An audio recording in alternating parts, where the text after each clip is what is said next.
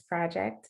Today, I am honored to have Dr. Britney Scott on today's show. Hi, Britney. Hello, hello. I know this is so crazy because, I mean, for me, we're basically family. So seeing you as an adult now, it's insane how you guys are just growing up so fast, and I'm proud of you. So to kick off the discussion, Brittany, do you want to give some background on like what you do and your education and where you are now? Yeah, sure. So I am a physician turned process improvement expert turned entrepreneur. So it's kind of been an amazing but really exciting journey. I started out, I got my BS in biology, then I went to med school, got my MD up in DC at Howard. From there, I realized that there were a lot of gaps in the system, and I especially noticed that there were the most marginalized populations tend to be disproportionately affected by those gaps in the system. Mhm. And I didn't like it. So while I was still trying to figure out what I wanted to do in medicine, I decided to take some time off and work in healthcare process improvement, and I fell in love. So through a long, amazing, twisted journey, I have now ended up starting my own consulting firm where I do healthcare process improvement that's focused on issues of diversity, equity, and inclusion, and thinking about how do we actually design for equity rather than just, talk about it. That is amazing. Like I'm again so proud of you. Thank you. It's interesting too because I've worked with a lot of process improvement architects. So it sounds like you're very much into like lean and Six Sigma. Yeah, Yeah, definitely. I have my black belt in Lean Six Sigma, that's and amazing. What? thank you. I'm so proud of you. Okay. Thank you. Yeah. And so that's what I love to do. That's what I'm Um, passionate about. And I especially love to do it in the healthcare space mhm, because that's my background. mhm. And I really love to make change in like marginalized population, like the lives of marginalized populations. Question, random. But when you were in med school, what were you focusing in? So at first, it changed. So going in, I thought I wanted to be a cardiologist. That quickly changed before I even got into the hospital. Okay. Then in the hospital, I thought I wanted to be a pediatrician, but Mhm. it was a lot. I loved it, but it was just too much. It was too much. There wasn't enough work-life balance for me there. And by the end of my third year, I thought, or really by the end of med school, I thought I was going to end up becoming a psychiatrist. Mm, But my psychiatry rotation was like the end of my third year. So it was too late for me to change my application to psychiatry. So I decided to take a year off and realized I didn't want to do any of it. yeah. I mean, I think that's beautiful because so we're often told like this is the path that you need to take that's going to be best for you, right? And the beauty of getting older and growing and being able to kind of really understand like what you want to do is you can change that. Yeah. There doesn't have to be one path. So I'm happy that you realized that when you did and that you're like happy with the path that you're on now. So that's awesome. Yeah, so I wanted to talk to you about this thing plaguing a lot of women that is not discussed often, which is endometriosis. And I know that you are an endo warrior, and I wanted to just kind of kick off the conversation with asking you some things about your experience with endometriosis. Wow. Oh man. So I am an endo warrior. Mhm. And so growing up for me, so I started my period at 12. Mhm. And I had 1 year of like peaceful periods, and I loved it. I was having such a great time. You were? But That's yeah, because I had like, I remember I literally started on Christmas Day. So it was like right before I turned 13, like a month yeah, before I turned 13. And yeah. so my aunt was there and they were all like, oh my goodness, Britt, you're a woman. So all this stuff. And so I was loving it. And literally about 6 months later, like a year after like starting my period, like it hit me. And I like literally my mom was like dropping holy oil on me. Yeah, Like I was because I didn't know what was happening. I had had my right. period for a year and I'm just sitting there like thinking that I just need to go to the bathroom or something like Mhm. that. Mhm. And then like eventually I'm like, this is something different. And I think like, oh, I need to go to the hospital. Like I'm really sick. And so I call my mom in there and she's like, oh, I know what this is. Mhm. And that was like when my life changed. Mm. And it was never the same after that. Like I Mm. had like the worst like period pains like ever. And I was out of school a few days every month. Like I Oh my would, goodness. yeah, I was really like I was sick and it was normal to me because my whole family had it. You Mhm. know, my whole family went through the same things. Like my mom would just pass out and like I was just used to, you know, kind of What? seeing that. Yeah, and so, you know, for me, I was I like I wouldn't pass out. So I was like, well, I'm not passing I'm out. I'm not that okay. bad. Yeah. Yeah, but Whew. I would kind of on occasion I would pass out as well, but I would have nausea, diarrhea, Mhm. like vomiting. I would have like cold shivers and like, you know, like everything, like everything would that could happen to somebody.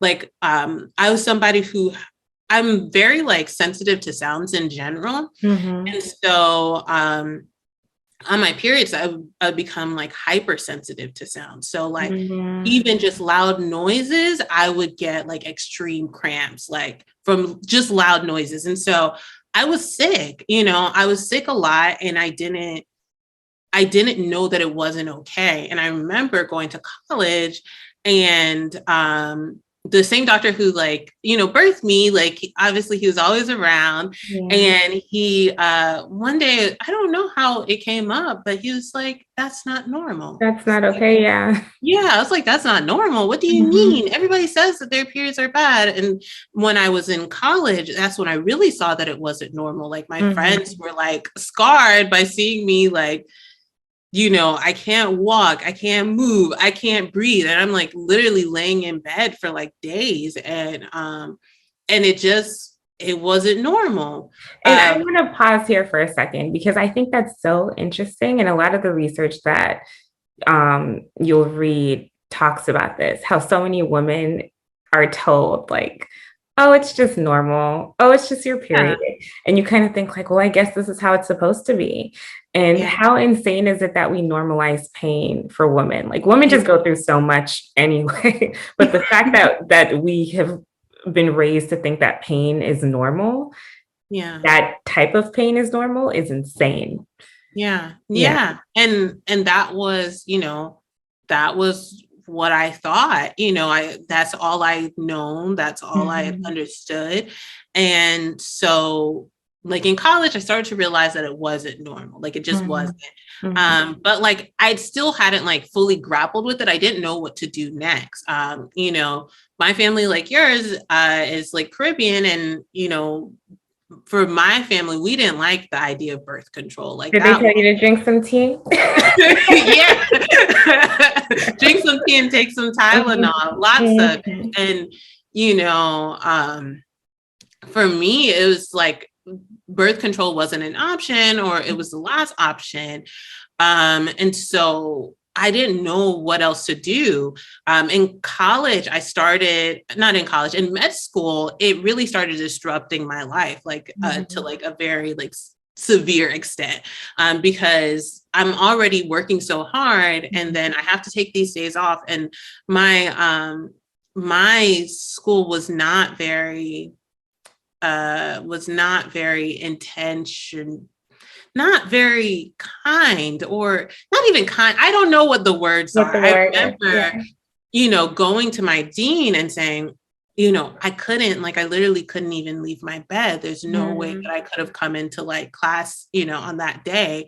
And he's like, well, if you're so sick, you need to call the ambulance. I'm like, am I going to call the ambulance every month? You're a physician. Yeah. You should know better than that. Like that, you know, that's not okay. And I find that with women's issues that it's always like disregarded, that the answer is like, well, but they wouldn't Mhm. say that to somebody with like, other conditions that they're more Exactly. like, you know what I mean? Exactly. So it was really frustrating. So I started fighting to find out what was wrong with me. I Mhm. went to so many doctors. Mhm. And by this time, I'm probably like, you know, probably like 23 or so. So I've like dealt with this for about 10 years. And I'm finally like, I got to find answers because I need some sort of a diagnosis, for what's happening to my body. And I thought about a lot of things. And even with a lot of it, it was a lot of like, there's a lot of, I don't know, kind of like pseudoscience that goes into women's health issues. And so for me, I gotten diagnosed with both PMDD and endometriosis. Wow. Okay. Yeah, but I didn't have like the like depressive episodes with PMDD, but I did have like extreme PMS, like And that could you talk really. about PMDD a little bit? What is that? Yeah, so it's a premenstrual dysmorphic disorder. Okay. And so pretty much it's like an extreme case of PMS, but usually it comes with like depression that really takes you away from like your life. Like it disrupts your regular life. And I didn't really have the depression. I did have like mood swings because my hormones were like super out of whack. But they didn't really disrupt me. And I had that like around when I would ovulate. Um, but the main thing was like PMS isn't just the mood swings. That's what like everybody thinks about, right? But Yeah. PMS is everything kind of like the whole bundle that comes along with like this pain that you're feeling. And so, for me, PMS included my bloating. I had extreme bloating where like my whole body would swell up. So like I could barely walk because my feet are so swollen. Oh And my so goodness. like, Yeah. like I know. Yeah, so PMS is like a whole bundle, and I had like severe PMS, which is kind of like where PMDD like comes into.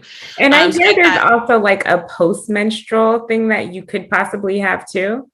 I don't even know about that, but Okay. I believe you. Okay. I imagine because for me, I had my mood swings always happened. Like I had a thing with when I ovulated Mm. where I had real bad mood swings. I would have like palpitations, racing heartbeats, like arrhythmias, like the whole nine yards. My heart didn't like whatever was happening in my Right. body. And Right. then I would have really bad brain fog. And it was crazy because I didn't notice for like, I would tell people, I'm like, yeah, I don't really have PMS. Like, well, I do, but it's like 2 weeks before like I have my period. But I didn't think like, oh, it's because No. I'm Yeah. ovulating, right?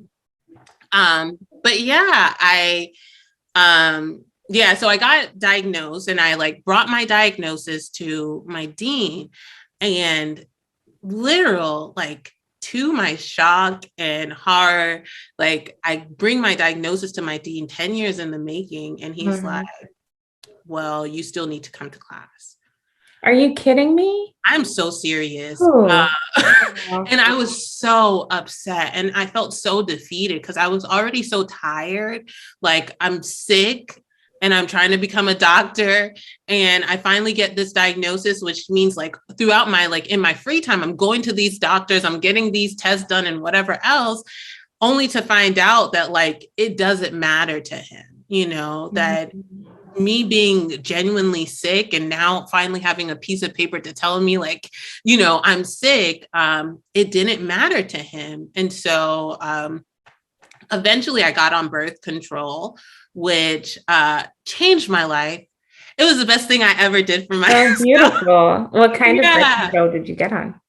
So I got onto like a really low dose estrogen progesterone pill. So I Oh, got okay. onto like a what is it called? Like the dual pill. And I did that for probably like 2 years. My cramps went away. Mhm. Most of like my other PMS symptoms went away. My hormones were like intact. I did get nausea. I got a lot of Mhm. nausea with it. Uh, and my brain fog went away. I didn't even know that it was brain fog, Yeah. but I had really a lot of trouble studying. Mhm. And, generally in my life, I hadn't had trouble studying, but like my senior year of college, I got really sick. And since then I had really bad trouble studying, and me taking the birth control completely changed that, where I was finally able to study again and like really Mhm. focus and all this stuff. And so it changed my life until I had a PE scan. No, first what happened was that I started having some left ovarian pain, and it was so sharp, and it got worse when I took my birth control. So I came off of it for a while. Okay. Eventually my period started knocking me out again. So I went back on it. I was like, I don't care about what's happening in my left ovary. Like, I can't do this. Yeah. So I started taking it again. And then I had a really bad like PE scare, or a pulmonary embolism scare. Oh my And goodness. Sorry, girl. Keep going. I know, a hot mess. So I had COVID. So that happened like in 2020. So I had Mhm. COVID, Mhm. and I had just gotten back on my birth control. And both of those put you at increased clotting risk. And Mhm.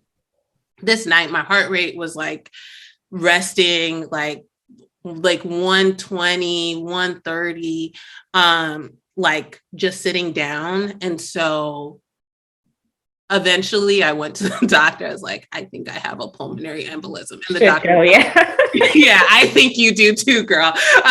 So, so, um, long story, but I had terrible insurance, and I was like, please don't put me in that like CT scanner. I just don't want the bill. Like, Mm. give me, like, do some labs on me. And so the labs came back okay. And they were like, well, if you like start feeling X, Y, and Z again, please come back to the hospital. So I more than likely didn't have a PE, but it wasn't completely ruled out. Mhm. So my doctor didn't like me being on, having estrogen in my birth control anymore. Right. Right. So now I'm on a progesterone only, or a progestin only Okay. pill. And that is my What endometriosis. a story. So let me ask you this. When you found out that you had endometriosis, when you were officially diagnosed, how did you feel? Relieved, right? Yeah. Yeah. Uh, yeah, because it's like, you go from not knowing anything's wrong to knowing that something's wrong, and not knowing. And at the end of the day, I was in the medical field at the time. And so Mhm. like I had some ideas, Mhm. but like I, yeah, but I wasn't positive. And so getting that diagnosis was everything for me. And it sucked that my dean was like, whatever, you still need to come Yeah. to class. Yeah. But it meant a lot to finally have a reason for like all of the kind of pain that I was going through.